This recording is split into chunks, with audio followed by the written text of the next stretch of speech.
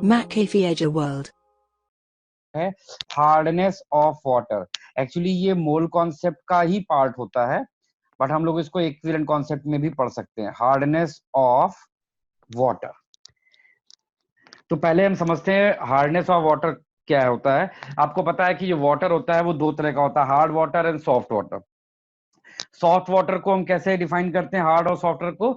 अगर हम वहां पर सोप रब करें तो वो अगर एक इमीडिएट और सफिशिएंट अमाउंट में लेदरिंग क्रिएट करता है तो वो हमारे लिए सॉफ्ट वाटर होगा।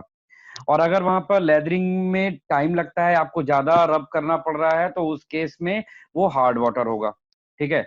अब हार्ड वाटर के दो टाइप दिए गए, temporary hardness and permanent hardness. Temporary hardness and permanent hardness. तो टेम्परेरी हार्डनेस किस लिए होता है? टेम्परेरी हार्डनेस होता है due to the presence of dissolved calcium bicarbonate and calcium magnesium bicarbonate. In short, bicarbonate of calcium और magnesium salt. ठीक है। तो वाटर में अगर बाइकार्बोनेट आयन प्रेजेंट है ऑफ किसका, कैल्शियम और मैग्नीशियम का, तो वो हमारे लिए टेम्परेरी हार्डनेस होता है। ठीक है।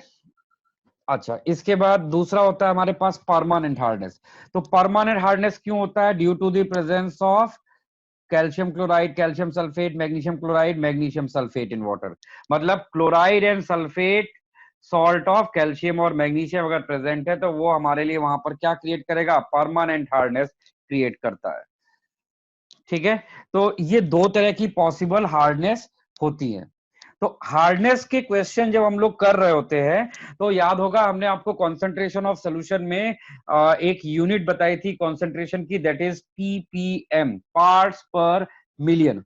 हम यहां पर वही यूनिट यूज करेंगे for the calculation of hardness. क्यों? क्योंकि किसी भी वाटर में जो हार्डनेस होता है, यानी जो presence of calcium salt of और मैग्नीशियम सॉल्ट होते हैं, क्लोराइड, सल्फेट और बाइकार्बोनेट के, वो बहुत कम होता है as compare to whole amount of water. तो जब सॉल्यूट पूरे सोल्यूशन के रिस्पेक्ट में ऑलमोस्ट नेग्लेजिबल अमाउंट में प्रेजेंट होता है, देन उनके कॉन्सेंट्रेशन को फाइंड करने के लिए हम लोग जो यूनिट यूज करते हैं दैट इज अवर ppm।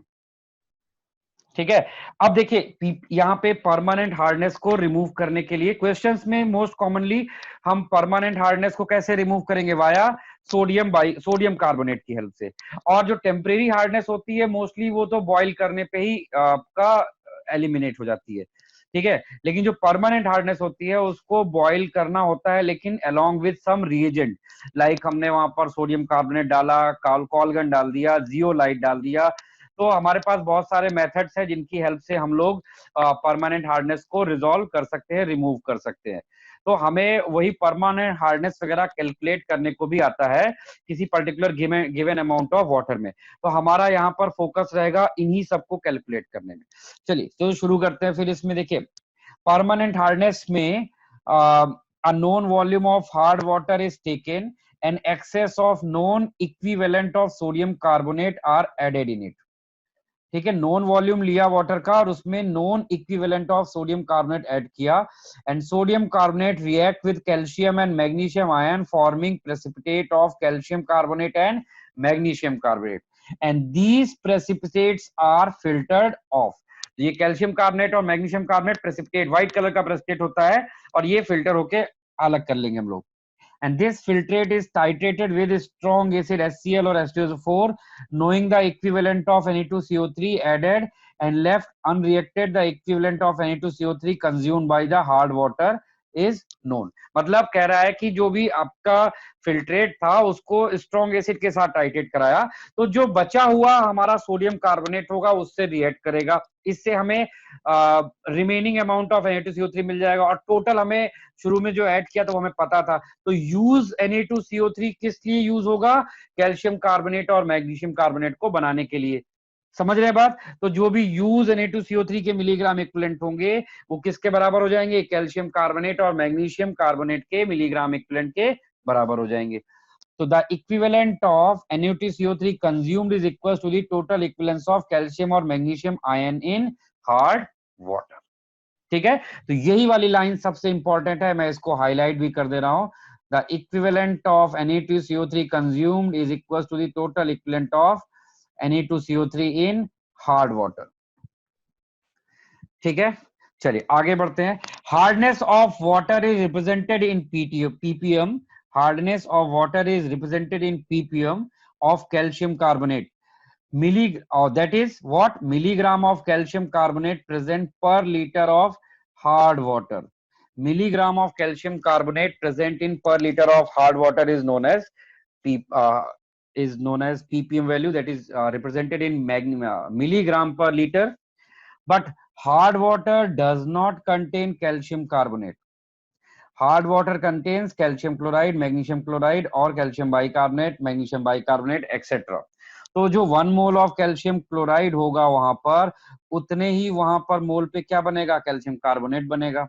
ठीक है, और अगर आपको मोल पता है तो आप मास के टर्म्स में भी यही चीज बोल सकते हैं। 111 gram of calcium carbonate is equal to the 100 gram of calcium carbonate. यानी आपको अगर कैल्शियम क्लोराइड का मोल दे दिया गया तो आपको कैल्शियम कार्बोनेट का मोल मिल जाएगा। आपको कैल्शियम क्लोराइड का मास दे दिया है तो आप कैल्शियम कार्बोनेट का भी मास बता सकते हैं। या हम वहां पे कोई अदर सॉल्ट ले लेंगे, तो अगर हमने other salt like 1 mole of MgSO4 लिया है तो 1 मोल ऑफ कैल्शियम कार्बोनेट या मैग्नीशियम कार्बोनेट वहां पर होगा। अब उनके 1 मोल के मास उनके मॉलिक्यूलर मास के बराबर होंगे, तो हम इस तरह से इनको इक्वेट कर सकते हैं। इन शॉर्ट आपको अलग अलग वैल्यूज दी होंगी, like calcium chloride, magnesium chloride, और उन सब के जो 1 मोल होंगे वही एग्जैक्टली मोल होंगे जब उसको सोडियम कार्बोनेट से रिएक्ट करके बनाया जाएगा, उतने ही मोल होंगे कैल्शियम कार्बोनेट के। तो हम सारा कैलकुलेशन जो करेंगे वो in terms of calcium carbonate करेंगे। ठीक है, तो मिलीग्राम ऑफ कैल्शियम कार्बोनेट पर litre of hard water is called hardness of water in ppm। Milligram of calcium carbonate, हम लोग इसको हाईलाइट भी कर लेते हैं। मिलीग्राम ऑफ कैल्शियम कार्बोनेट पर litre of hard water is called hardness of water in ppm। और इसकी यूनिट याद रखिएगा, इसका यूनिट क्या होता है, मिलीग्राम पर लीटर। हम लोग ppm को किस में डिनोट करेंगे, मिलीग्राम पर लीटर में। जल्दी से फटाफट इसको नोट कर डालिए, इतना पूरा ये हार्डनेस ऑफ वाटर, जल्दी से फटाफट नोट करिए।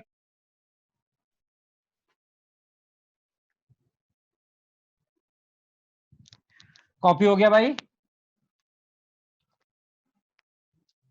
चलिए अब एक एग्जाम्पल दिया गया है, तो एग्जाम्पल शुरू करने से पहले मैं आपको इसका फॉर्मूला लिखा देता हूं, हाउ टू कैलकुलेट। तो आप सबसे पहले क्या यूज करेंगे यहाँ पर, आप सबसे पहले यहाँ पर पीपीएम के लिए फॉर्मूला यूज करेंगे। PPM is equal to weight of calcium carbonate जो भी बनेगा, divide by weight of water into 10 to the power 6।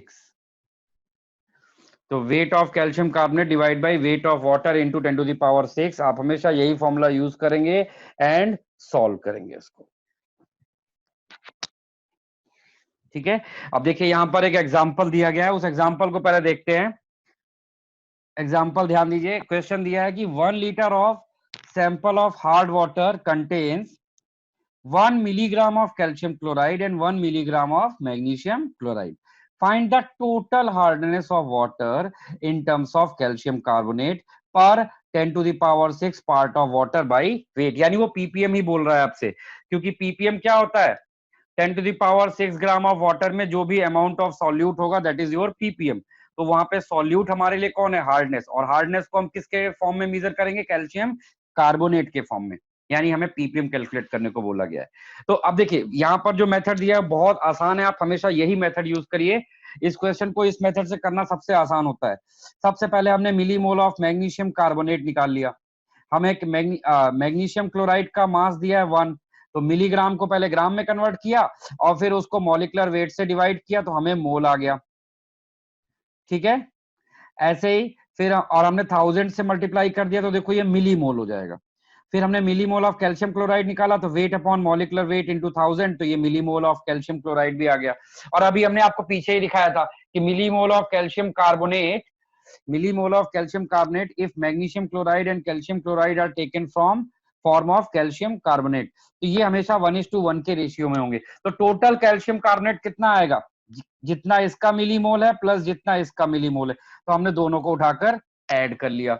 दोनों को उठाकर हमने जैसे ही ऐड किया तो हमें यहाँ पर ये टोटल क्या मिल गया, total millimole of calcium carbonate मिल गया है, टोटल मिलीमोल ऑफ।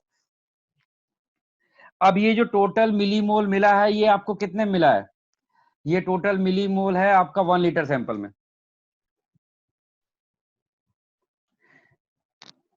ठीक है, तो weight of calcium carbonate in 1000 ml में कितना हो जाएगा? ये wait of calcium carbonate in 1000 ml कितना हो जाएगा आपका, जो भी ये वैल्यू आया था इंटू 100/1000। अब ये आपने वेट ऑफ कैल्शियम कार्बोनेट एक बार निकाल लिया है, फिर divide by mass of water into 10⁶ करके आप पूरा सॉल्व करोगे, यही वाला फॉर्मूला यूज करिए। तो वाटर का 1 लीटर दिया है, 1 लीटर में कितने ग्राम होते हैं भाई, 1000 ग्राम होते हैं। तो नीचे वेट ऑफ वाटर आप रख दीजिए 1000, और वेट ऑफ कैल्शियम कार्बोनेट आपने अभी ऑलरेडी निकाल रखा हुआ है। ठीक है, अब वो सारी वैल्यूज फॉर्मूले में रख के आपको आंसर आ जाएगा। तो आप अगर सोल्यूशन ना भी देखें, आप अपने आप करें।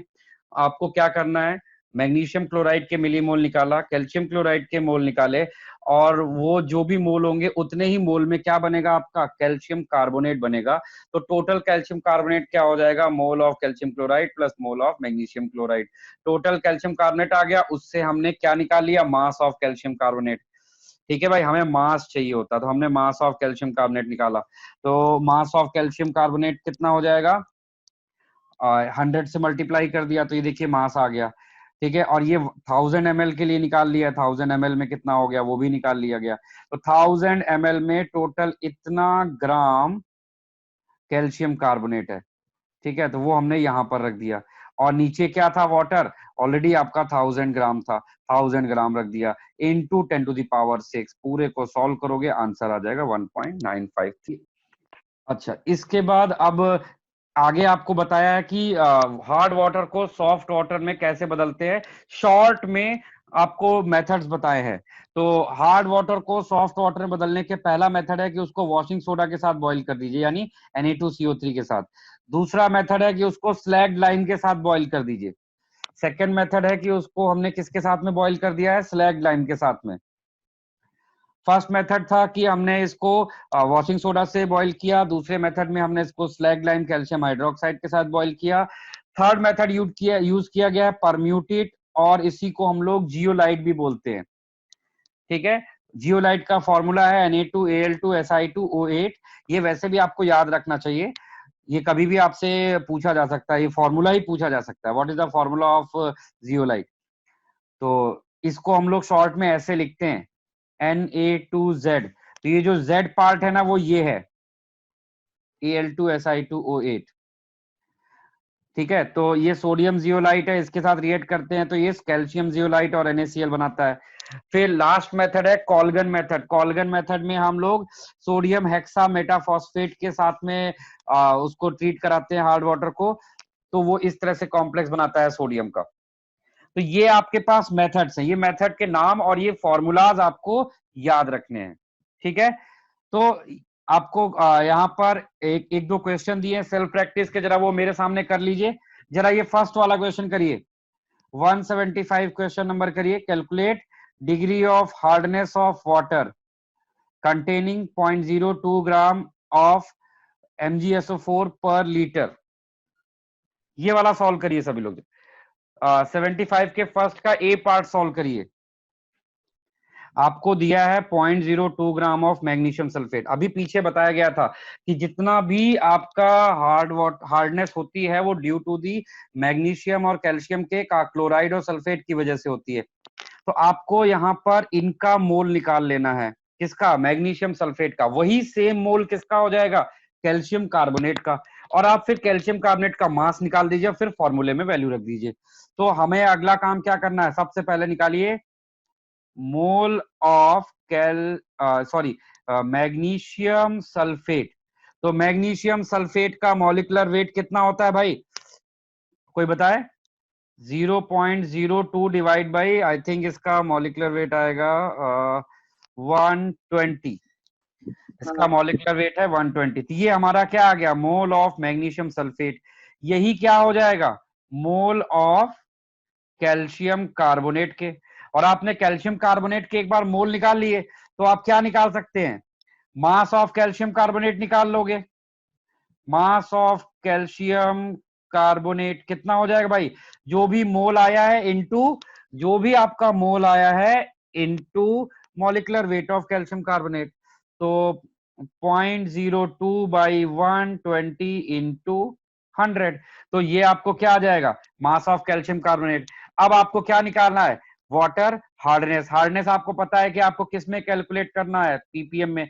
तो पीपीएम इज इक्वल टू क्या होगा, wait of calcium carbonate, that is 0.02 divide by 120 into 100 और इंटू 10⁶। और नीचे हम लोग क्या लेते हैं, वेट ऑफ वाटर। वाटर आपको कितना दिया गया पर लीटर, 1 लीटर में कितना ग्राम होता है भाई, 1 लीटर में 10⁻³ ग्राम होता है।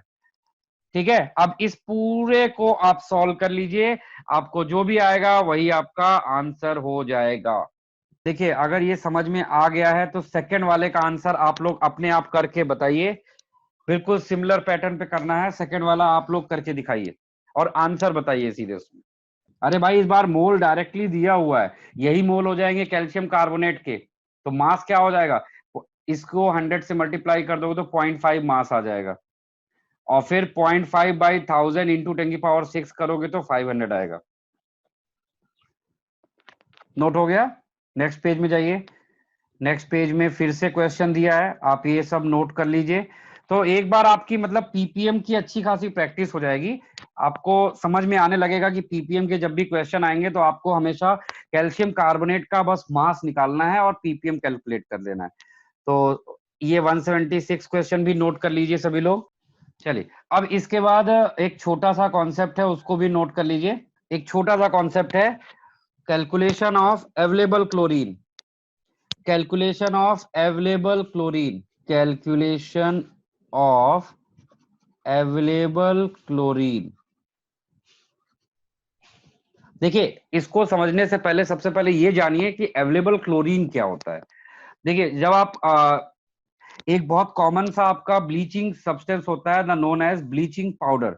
तो किसी भी ब्लीचिंग पाउडर की जो ब्लीचिंग एक्शन या उसकी ब्लीचिंग प्रॉपर्टी है, उसको हम लोग किसके टर्म्स में मेजर करते हैं, उसको हम लोग अवेलेबल क्लोरीन के टर्म्स में मेजर करते हैं। आपको पता है जो ब्लीचिंग पाउडर होता है that is your calcium oxychloride, ये CaOCl2, इसको बोलते हैं हम लोग ब्लीचिंग पाउडर। तो ब्लीचिंग पाउडर का जो ब्लीचिंग एक्शन होता है वो किसकी प्रेजेंस की वजह से होता है, क्लोरीन गैस की प्रेजेंस की वजह से होता है। तो जब भी किसी रिएक्शन में ब्लीचिंग पाउडर यूज किया जाता है तो वहां पर हमेशा क्लोरीन गैस रिलीज होती है। तो उसी क्लोरीन गैस का उस ब्लीचिंग पाउडर में क्या परसेंटेज है, वही परसेंटेज इस ब्लीचिंग पाउडर की स्ट्रेंथ होता है। ठीक है, तो हमें अवेलेबल क्लोरीन जब भी क्वेश्चन आएगा वो हमेशा ब्लीचिंग पाउडर के टर्म्स में आता है। तो चलिए इसका देखिए क्वेश्चंस कैसे करेंगे। तो जब भी आपको इसको आप मैं बोल दे रहा हूं, आप कहीं पर लिख लीजिए। When bleaching powder is heated it liberates chlorine gas. When bleaching powder is heated, it liberates chlorine gas. And this liberated chlorine is titrated with Ki. And this liberated chlorine is titrated with Ki, which gives iodine. And this liberated iodine is titrated with, now this liberated iodine is titrated with hypo solution Na2S2O3। ठीक है, और इस तरह से आपको question आएगा कि बोलेगा कि जो आपका ब्लीचिंग पाउडर है उसको हीट किया गया, क्लोरीन गैस रिलीज हुई और क्लोरीन गैस को KI के साथ रिएक्ट कराया गया तो आयोडीन लिबरेट हुआ, और आयोडीन को न्यूट्रलाइज करने के लिए हमने सोडियम थायोसल्फेट यूज किया है। तो ये एक तरीके का बैक टाइट्रेशन है। आपको इसका सैंपल देगा और इस सैंपल में आपको अवेलेबल क्लोरीन का परसेंटेज निकालना होगा, और आपको इसके बारे में सोडियम थायोसल्फेट का डेटा दे दिया जाएगा। तो आप इससे इसके जो भी मिलीग्राम इक्विवेलेंट होंगे वही आयोडीन के होंगे, वही KI के, वही Cl2 के, और वही ब्लीचिंग पाउडर के हो जाएंगे। इस तरह से आप लोग क्या कर सकते हैं, क्लोरीन गैस के मिलीग्राम इक्विवेलेंट निकालेंगे, फिर क्लोरीन गैस का मास निकालेंगे, और फिर उससे हम लोग उस क्लोरीन का परसेंटेज निकालेंगे। तो सिंपल सा लॉजिक होता है, आपको कुछ भी नया काम नहीं करना है। यहाँ पर सिंपली आपको क्या बोल रहा है कि milligram equivalent of chlorine is equals to milligram equivalent of KI equals to milligram equivalent of I2 equals to milligram equivalent of sodium thiosulphate. तो सोडियम थायोसल्फेट के आप मिलीग्राम इक्विवेलेंट निकालेंगे, उससे आपको मिलीग्राम इक्विवेलेंट ऑफ क्लोरीन मिल जाएगा। फिर हम वहां से हम वेट ऑफ निकालेंगे, क्या, अवेलेबल क्लोरीन, और उस वेट ऑफ अवेलेबल क्लोरीन से हम लोग परसेंटेज ऑफ अवेलेबल क्लोरीन निकालेंगे ब्लीचिंग पाउडर सैंपल में। चलिए इस चीज को एक क्वेश्चन के फॉर्म में करते हैं, तो ये हमें थोड़ा सा ज्यादा अच्छे से क्लियर होगा।